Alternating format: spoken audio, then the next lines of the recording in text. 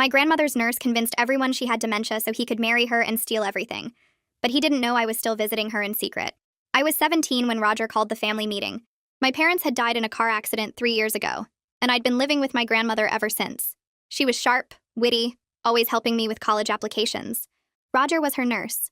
He'd been around for about a year, helping with her medications and checkups.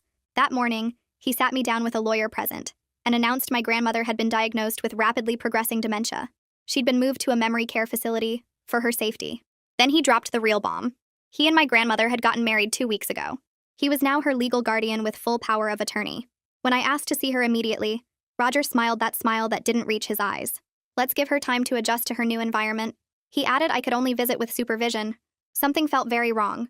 Within days, Roger started selling grandmother's things. Her antique desk vanished first, then her jewelry, her paintings, facility costs, he'd say with that empty smile. But my grandmother was wealthy. She'd never needed to sell anything. Then he began opening my mail. My college acceptance letters sat on the counter, already unsealed. I control your college fund now, he mentioned over dinner. We'll discuss whether higher education is really the right path for you. The way he said we made my stomach turn. I couldn't accept it. During lunch, I took the bus to the facility and snuck past the front desk. Grandmother sat by the window staring blankly, but when she saw me, something flickered in her eyes. Trinity? She said, confused at first, then clearer. Trinity, sweetheart, what day is it? For 5 minutes, she was herself again, asking about school, my college plans, laughing at a joke I made. Then the fog rolled back in. It didn't make sense. Dementia didn't work like that. Around this time, Roger's brother Trevor started appearing at the house. He'd lean in doorways while I did homework, watching. You're really growing up, aren't you? He'd say, filling out nicely. The way his eyes traveled over me made my skin crawl. I went back the next week. Grandmother gripped my hand during another lucid moment, her fingers digging in with surprising strength. Something's wrong with me, Trinity. I don't feel right. Roger gives me my pills every day. Before I could ask what she meant, a nurse appeared and said visiting hours were over. That night, getting water, I heard Roger on the phone in his study. He was laughing. It's working perfectly. She's losing her mind more every day. The old bat won't last much longer. I froze in the hallway, ice spreading through my chest. When I visited a third time, Roger suddenly appeared in the doorway while I held grandmother's hand. His face went dark. He yanked me into the hallway and told the staff to add me to the restricted list. That night at home, he cornered me in the kitchen. Trevor leaned against the counter, blocking the exit. Your grandmother is very sick, Roger said, stepping closer. His hand clamped down on my shoulder hard enough to bruise. These visits are upsetting her. You need to accept reality and stop being selfish. Do you understand me? I nodded. But I understood something else entirely. The next morning, I called grandmother's old doctor from the school library. My voice shook as I explained everything. The sudden diagnosis, the marriage, Roger's behavior, grandmother's moments of clarity. There was a long pause. Trinity, he said gently. Roger called me last week. He's very concerned about you. He says you're having trouble accepting your grandmother's condition. My throat tightened. That's not... I understand this is hard. Denial is a normal part of grief. I hung up and called grandmother's sister, then her cousin. I begged them to visit her, to see for themselves. Both said the same thing. You're going through a difficult time. Roger is sacrificing so much. 2 days later, Roger assembled another family meeting. My great-aunt and grandmother's cousin sat on the couch, looking at me with pity. Roger spread documents across the coffee table. My failed chemistry test. A note from my counselor about skipping classes. The facility's visitor log showing my unauthorized visits. Trinity has been making wild accusations, Roger said, his voice dripping with false concern, claiming I'm somehow hurting Margaret. Her therapist says this is a grief response. Sweetheart, my great-aunt said, reaching for my hand. We know this is hard, but you need to accept what's happening. Roger is doing everything he can. He's lying, I shouted. She doesn't have dementia. He's doing something to her. Silence. Everyone looked at me like I was losing my mind. 3 days later, Roger changed the locks on grandmother's garden shed. Safety reasons, he said. Valuable items stored before we sell. I was completely alone. No one believed me. Weeks later, I overheard Roger on the phone. Left the extra supply in the garden shed. Grabbing it tomorrow. That night, I broke the shed lock with shaking hands and tore through grandmother's pottery supplies. Hidden under a tarp was a box containing prescription bottles of benzodiazepines, none in grandmother's name, and a journal in Roger's handwriting with dates and dosages. My grandmother wasn't sick. Roger had been systematically drugging her to fake dementia so he could marry her and steal everything. I heard footsteps on gravel. Then Roger stood there with Trevor, eyes on the box. Roger jumped at me and I ran. The box pressed against my chest as I pushed past him through the shed door. Trevor moved to block the back gate, so I turned hard and sprinted around the side of the house. My feet hit the grass and then the driveway and then the sidewalk. My heart beat so loud I could hear it in my ears. Behind me, Roger yelled something, but I didn't stop or look back. I just ran as fast as I could down the street. 3 blocks felt like forever. My lungs burned and my legs hurt, but I kept going. When I finally reached the bus stop, I fell onto the bench. My whole body shook. I held the box tight against me and tried to breathe. A few minutes later, the bus pulled up. My hands shook so bad I almost dropped my change getting on. I sat in the back corner and watched out the window to make sure Roger wasn't following. The bus took me downtown and I got off at the library. It felt safe there. Quiet. Nobody knew me. I found a table in the far corner away from everyone and sat down. My hands still shook as I opened the box again. Roger's journal sat on top with his handwriting all over the pages. Under that were the pill bottles. None of them had grandmother's name on them. I pulled out my phone and started taking pictures. Every page of the journal, every bottle, every label, the dates he wrote down, the amounts, all of it. I took picture after picture until I had photographed everything twice just to be sure. Then I opened my email and sent all the photos to myself. Then I sent them again to my school email. Then I created a new email account right there and sent them a third time. My hands wouldn't stop shaking. What if Roger found a way to delete them somehow? What if he got into my accounts? I opened a cloud storage thing I'd never used before and uploaded every single photo. Then I did it again on a different service. Backup after backup after backup. I had to make sure this evidence couldn't disappear. Finally, I checked my phone. 17 missed calls from Roger. 6 text messages. The first one said to come home right now. The second one said I was in serious trouble. The third one used words that scared me. The fourth one said he was calling the police. The fifth one said I stole his private property. The sixth one said he knew where all my friends lived. I blocked his number with shaking fingers. The library felt safe, but I knew I couldn't stay forever. I sat there until the lights started turning off. A librarian walked by and said they were closing in 10 minutes. I packed up the box and walked outside into the dark. I didn't know what to do or where to go. Roger was at the house. I couldn't go back there. Then I remembered Lucille, grandmother's sister. She lived across town. She hadn't believed me before when I called her. She thought I was just upset about grandmother being sick. But maybe if I showed her the actual proof, maybe if she could see Roger's journal and the pills with her own eyes, maybe she would believe me this time. I got on another bus heading toward her neighborhood. Then I had to transfer to a second bus. It took almost an hour to get there. By the time I rang her doorbell, it was 8 at night. I still had my backpack with the box inside. Lucille opened the door and her face looked annoyed at first. Like, why was I showing up so late? But then she actually looked at me. Really looked. My face must have shown everything because her expression changed completely. She pulled the door open wider and told me to come inside. Her dining room had a big wooden table. I put my backpack down and pulled out the box. My voice cracked when I started talking. I spread Roger's journal out on the table. Then the pill bottles. I tried to explain what each page meant. The dates matched up with when grandmother started acting confused. The amounts got bigger over time. The pills weren't in her name. They were in names I'd never heard of. Lucille put on her reading glasses and picked up the journal. She didn't say anything. She just read page after page. Then she picked up the bottles and looked at the labels. She went back to the journal and checked the dates again. Her face got paler and paler. She set the journal down carefully and looked at me. Her voice came out quiet and serious. She said she was calling her lawyer friend. Right now. Tonight. She picked up her phone and walked into the kitchen. I heard her talking fast and urgent. She came back a few minutes later and said Clifford was coming over immediately. Clifford Reed showed up in less than an hour. He was older with gray hair and a nice suit even though it was nighttime. Lucille said he'd been grandmother's lawyer for 20 years. He knew her. He knew she'd been healthy and sharp. He sat down at the table and looked at everything I'd laid out. Then he pulled out his phone and started taking pictures of every page, every bottle. He asked me questions about when I found the box, what Roger had said during other times, how grandmother acted when I visited her, whether anyone else knew about this. I answered everything as best I could. My voice kept shaking, but I made myself keep talking. This was too important. Clifford took notes on his phone while I talked. He photographed the journal from different angles. He lined up all the pill bottles and took a picture of them together. Then individual pictures of each label. He worked slowly and carefully, like he was building a case, like he believed me. When he finished taking pictures, he looked at Lucille and then at me. His face was serious but not mean. He explained that what Roger did was illegal. Really illegal.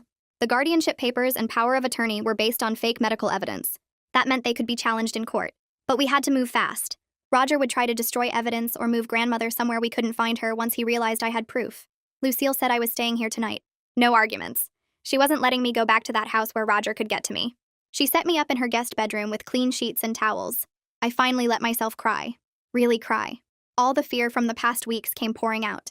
The loneliness of nobody believing me. The terror of Roger's threats. The helplessness of watching grandmother disappear into that fog. But now I wasn't alone anymore. Lucille believed me. Clifford believed me. We had evidence. Real proof that Roger had been lying about everything. The next morning, I woke up in Lucille's guest room with sunlight coming through unfamiliar curtains. For a second, I forgot where I was. Then everything came back and my stomach twisted. Clifford arrived before breakfast with a briefcase full of papers. He spread them across the kitchen table and explained that Roger got his guardianship and power of attorney based on fake medical evidence. That meant we could challenge it in court, but we had to move fast. Roger would try to destroy evidence or move grandmother somewhere we couldn't find her once he realized I had proof. Clifford made 3 phone calls right there at the table.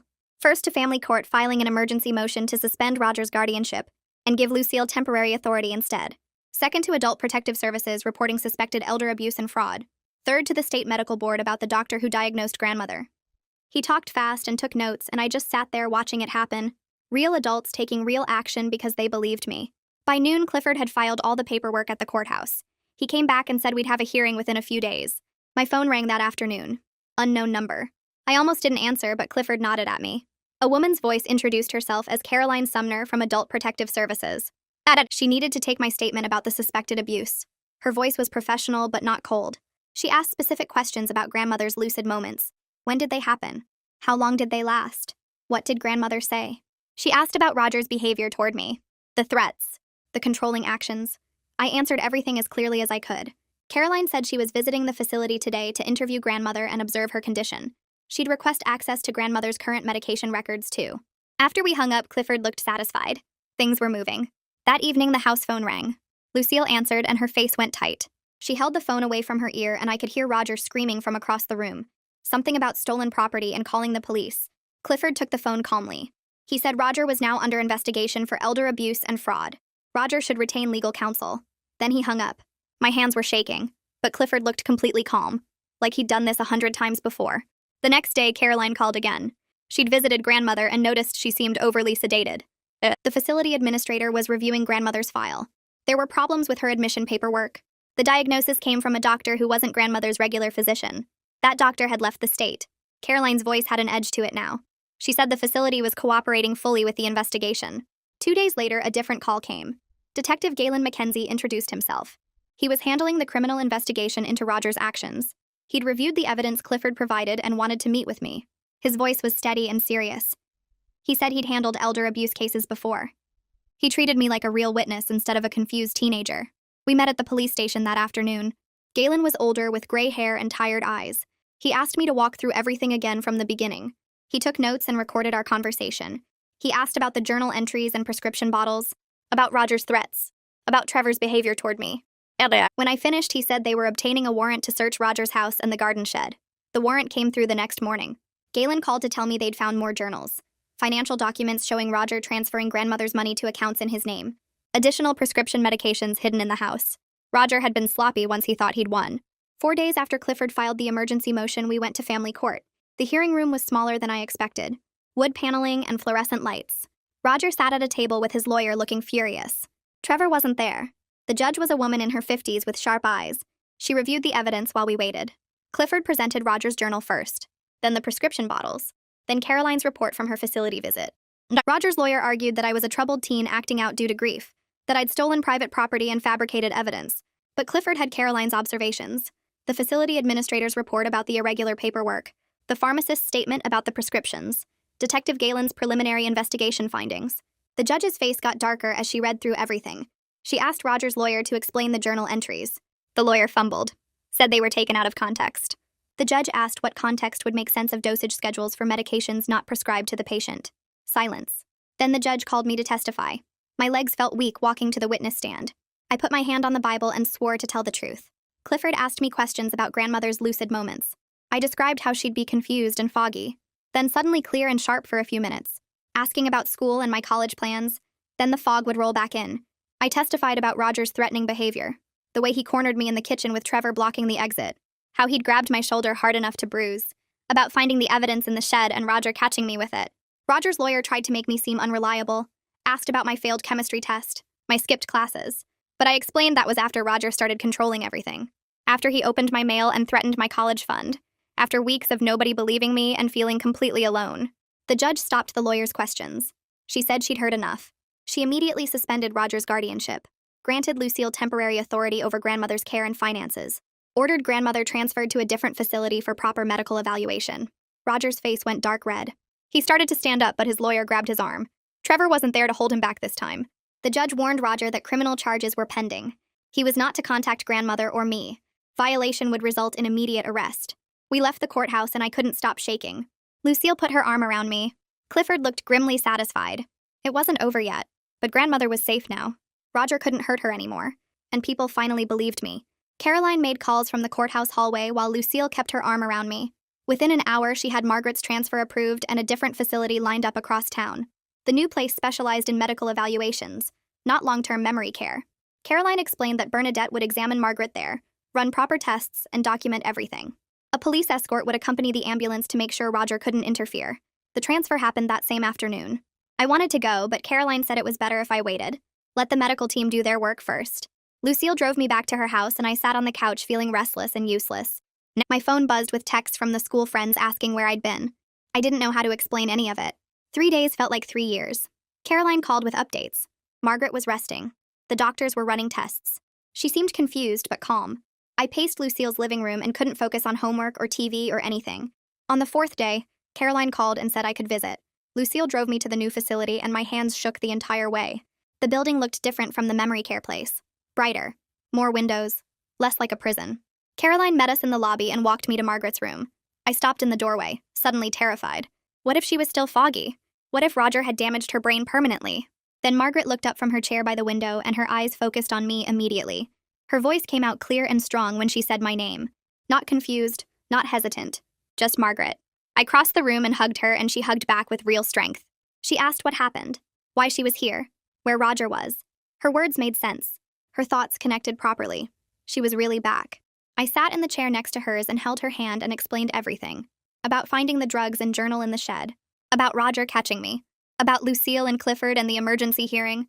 About how Roger had been drugging her for months to fake dementia so he could marry her and steal everything. Margaret started crying halfway through my explanation. Not the confused tears from before. These were angry tears, horrified tears. She kept saying she remembered fragments, pieces of the past year that felt like a nightmare she couldn't wake up from. Roger's voice telling her to take her vitamins. Papers appearing in front of her that she couldn't focus on.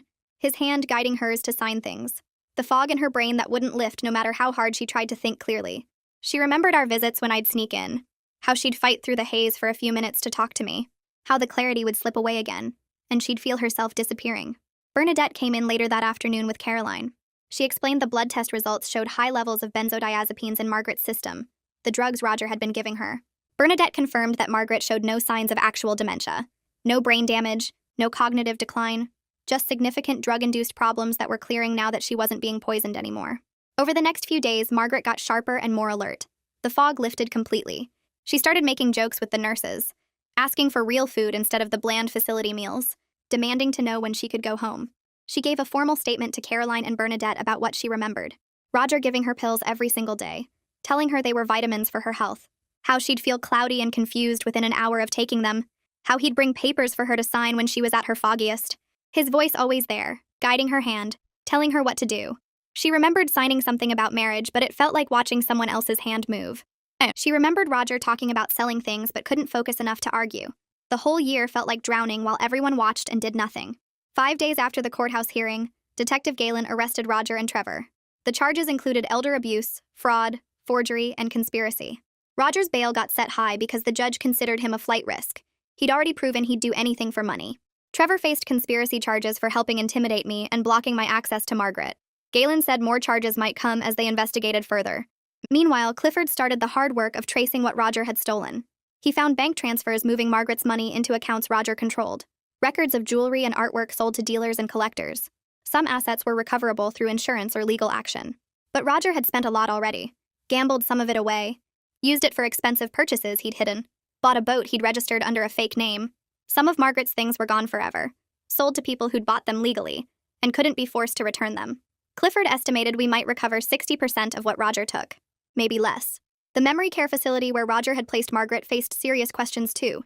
Their administrator got called in by the state licensing board to explain how they'd accepted a patient without proper medical documentation, how they'd allowed Roger to restrict visitor access without following standard procedures, how they'd never questioned the diagnosis or requested records from Margaret's actual doctors. The administrator cooperated fully with investigators, turning over every document related to Margaret's admission and care. He claimed Roger had provided paperwork that looked legitimate, that they'd trusted a licensed nurse's word about his wife's condition. But the state board wasn't satisfied with those answers. They launched a formal investigation into the facility's admission practices. Caroline told us other families had started coming forward with concerns about their relatives at that same facility. Roger might not have been the only person taking advantage of loose oversight. Margaret got better every day after that. The first week at the new facility, she still seemed foggy sometimes, confused about where she was or what day it was. But by the second week, the change was obvious. She started making jokes with the nurses, asking them about their families and remembering their names. She complained about the food and demanded real coffee instead of the weak stuff they served. When I visited on day 10, she looked at me with completely clear eyes and asked how my chemistry test went. I almost cried because she sounded exactly like herself again, sharp and interested in everything. By week 2, she was getting frustrated with being stuck in the facility. She kept asking Bernadette when she could go home, saying she felt fine and didn't need to be monitored anymore. Bernadette was careful, though, wanting to make sure all the drugs were completely out of Margaret's system and that her cognitive function stayed stable.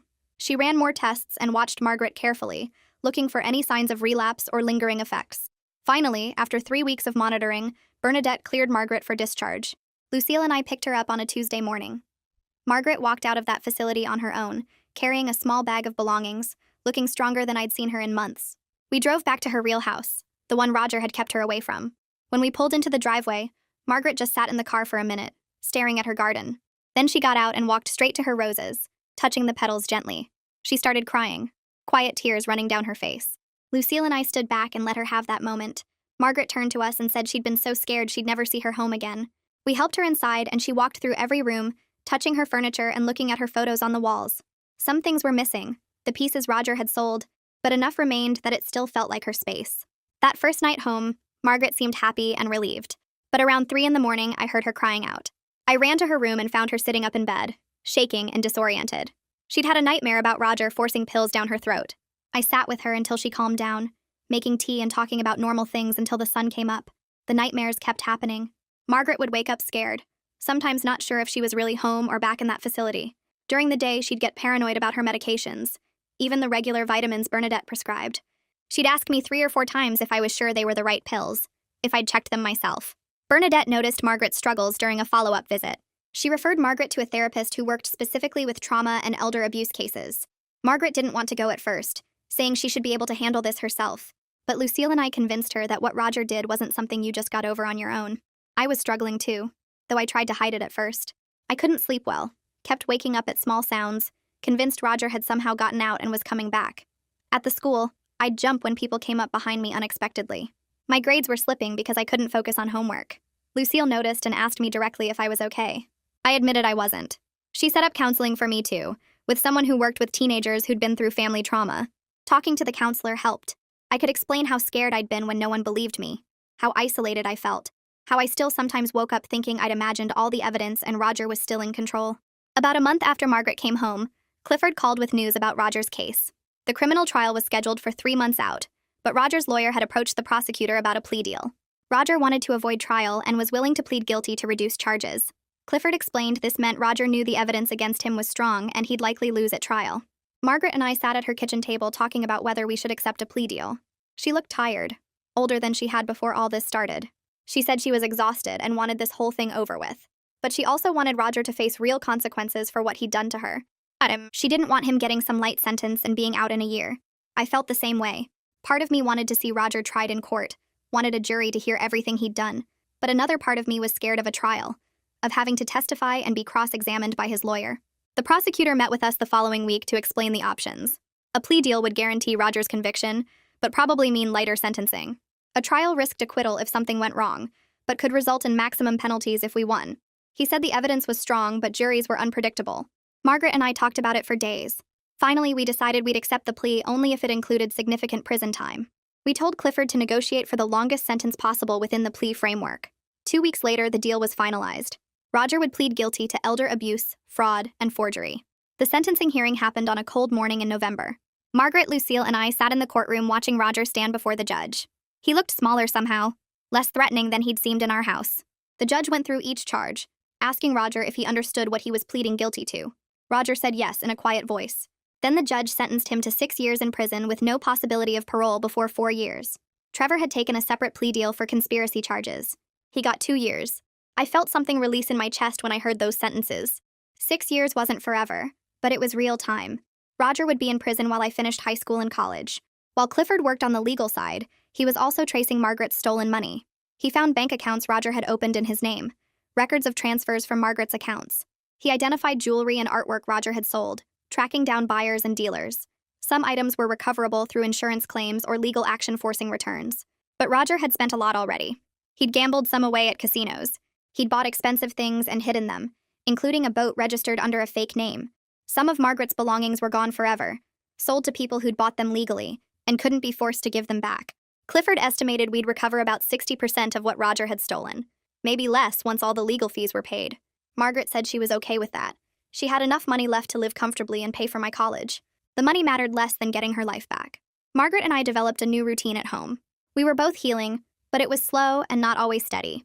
Some days were good, where we could laugh and talk about normal things. Other days were hard, when the nightmares came back, or Margaret got paranoid about her pills again. We learned to be patient with each other and ourselves. Margaret started helping me with my college applications again, just like she used to before Roger came into our lives. We'd sit at the kitchen table with my laptop, working through essays and financial aid forms. I helped her go through the house, making lists of what Roger had sold and what could be replaced. Some things were just things, she said. Others, like her mother's ring, hurt to lose. We focused on making the house feel safe again, buying new furniture for the rooms that felt too empty, rearranging things so they didn't remind us of Roger's time there. Lucille started coming over twice a week after that, usually on Tuesday evenings and Saturday afternoons. The first few visits felt awkward because she kept apologizing, saying she should have believed me from the start, that she failed both Margaret and me. I told her it was okay, that Roger had fooled everyone, but she'd shake her head and apologize again. Eventually, I sat her down at the kitchen table and explained that she came through when it really mattered, that she got Clifford involved and helped save Margaret's life. That seemed to help. After that, she relaxed and started acting more like herself, bringing groceries and helping with dinner, telling stories about when Margaret was younger. Margaret loved having her sister around again. They'd sit in the living room for hours talking and laughing, making up for all the time Roger had stolen from them. In March, my college acceptance letters started arriving. I'd check the mailbox every day after school, my stomach tight with nerves. The first few were rejections, which stung, but I'd expected some. Then one Thursday, I opened a thick envelope from my top choice school and just stared at the acceptance letter, reading it 3 times to make sure it was real. Margaret was in the kitchen when I ran inside, and she took one look at my face and started crying happy tears before I even showed her the letter. She grabbed my hands and told me how proud she was, how I'd worked so hard for this. She insisted on throwing a celebration dinner that weekend, calling Lucille, Clifford, and Bernadette to invite them over. Saturday night, our dining room felt full and alive for the first time in over a year. Clifford brought champagne and sparkling cider, toasting to my future. Bernadette gave me a leather journal for college. Lucille made my favorite dessert. Margaret kept getting teary and squeezing my hand, saying this was what Roger had tried to take from me and he'd failed. The next few months passed in a blur of final exams and graduation preparations. June arrived hot and humid, and suddenly I was wearing a cap and gown, lining up with my classmates outside the football field. I spotted Margaret and Lucille in the bleachers, waving and taking pictures. Walking across that stage to get my diploma felt surreal, like I was watching someone else's life. Everything that happened with Roger felt like a nightmare from another world, but it was also deeply meaningful, knowing Margaret was there watching, healthy and clear-minded, free from Roger's drugs. After the ceremony, she hugged me so tight I could barely breathe, telling me she loved me and everything was going to be wonderful now. Around that time, Margaret started talking about the scholarship fund. She'd been meeting with Clifford about what to do with some of the recovered money, and she wanted to create something good from what Roger had done. She established a fund for students who'd experienced family trauma, kids dealing with loss or abuse or situations like ours. She said if her suffering could help even one kid get to college who otherwise couldn't, then something good would come from Roger's scheme. She worked with Clifford to set up the legal structure and chose the first recipients that summer. Summer itself became about reclaiming the house. Margaret and I went through every room, making lists of what Roger had sold and what we wanted to replace. Some things were just things, she said, but others mattered. We couldn't get back her mother's ring or the antique desk, but we could make the space feel safe and ours again. We started with my room, painting the walls a light blue I'd always wanted. We bought a new bed frame and desk, arranged everything exactly how I liked it. Then we tackled the living room, replacing the couch Roger had sold with one we picked out together. We bought new curtains and threw out the rug that reminded us of him. Every change made the house feel more like ours and less like a place Roger had contaminated. Bernadette came by once a month to check on Margaret. The physical exams always came back normal. No lasting effects from the drugs Roger had given her. The psychological healing was slower. Margaret was working with a therapist twice a week, processing the betrayal and violation of what Roger had done. Some sessions left her quiet and withdrawn for the rest of the day. Other times she'd come home energized, saying she'd had a breakthrough. Bernadette said the progress was steady and healthy, that Margaret was doing the hard work of healing.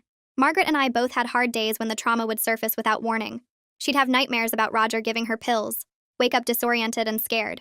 I'd have panic attacks when someone stood too close or raised their voice. We learned to recognize the signs in each other and respond with patience. When Margaret had a bad day, I'd sit with her and remind her where she was, that Roger was in prison and couldn't hurt her anymore. When I struggled, she'd make tea and let me talk or just sit quietly until the fear passed. We were closer now than before Roger, bonded by surviving his scheme together. We understood each other's triggers and fears in a way most people never would. August came too fast. Lucille helped me pack for college, sorting through clothes and supplies, making sure I had everything I needed. Moving day arrived on a Saturday, and both Lucille and Margaret insisted on coming. We loaded my stuff into Lucille's car and made the 2-hour drive to campus.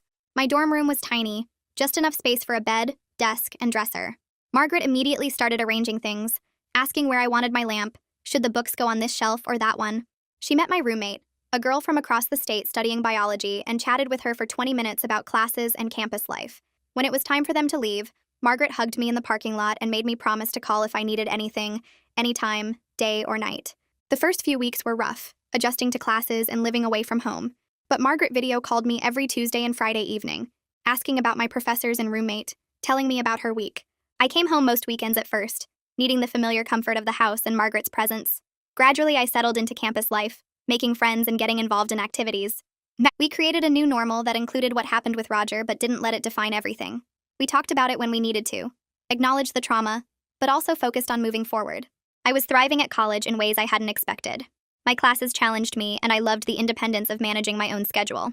I'd declared pre-law as my major after talking with an academic advisor.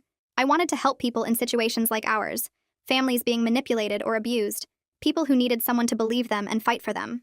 When I told Margaret during one of our video calls, she got teary again and said Roger had accidentally given me a career calling, that I'd take the worst thing that happened to us and use it to help others. Winter break came and Margaret asked me to sit down at the kitchen table one evening after dinner. She spread out a stack of legal papers in front of me, her reading glasses perched on her nose. She'd been working with Clifford to completely redo her will and estate planning, she explained, pointing to different sections with her finger. She named Lucille and me as co-trustees, which meant we'd both have equal say in managing her affairs if anything ever happened. No single person could take control again. She also established something called a living will that spelled out exactly what medical care she wanted and didn't want, with copies filed at her doctor's office and the hospital. If she ever got sick or couldn't make decisions, doctors would follow her written instructions, not whatever some spouse or guardian claimed she wanted. Margaret made me read through the whole thing, showing me where our names appeared and explaining what each section meant. We both signed the papers with Clifford as witness, and she locked the originals in her safe deposit box at the bank. She seemed lighter after that, like she'd finally taken back the control Roger had stolen. When January ended and it was time to head back for spring semester, I packed my car with Lucille helping carry boxes down from my room. Margaret stood in the driveway watching, her arms crossed against the cold but smiling. She hugged me tight before I got in the car and told me to drive safe and call when I got there. I backed out slowly, watching her wave in the rearview mirror, and something clicked in my head during that 2-hour drive back to campus. Roger had tried to destroy everything, tried to steal Margaret's money and independence and leave me with nothing. But instead, he'd shown us exactly how strong we were when we fought together. Margaret was healthy now, sharp and in control of her life again with legal protections that would keep her safe. I was building the future I wanted, studying to help other people who needed someone to believe them and fight for them. We both knew we could handle whatever came next because we'd already survived the absolute worst thing that could happen and came out on the other side still standing, still fighting, still together.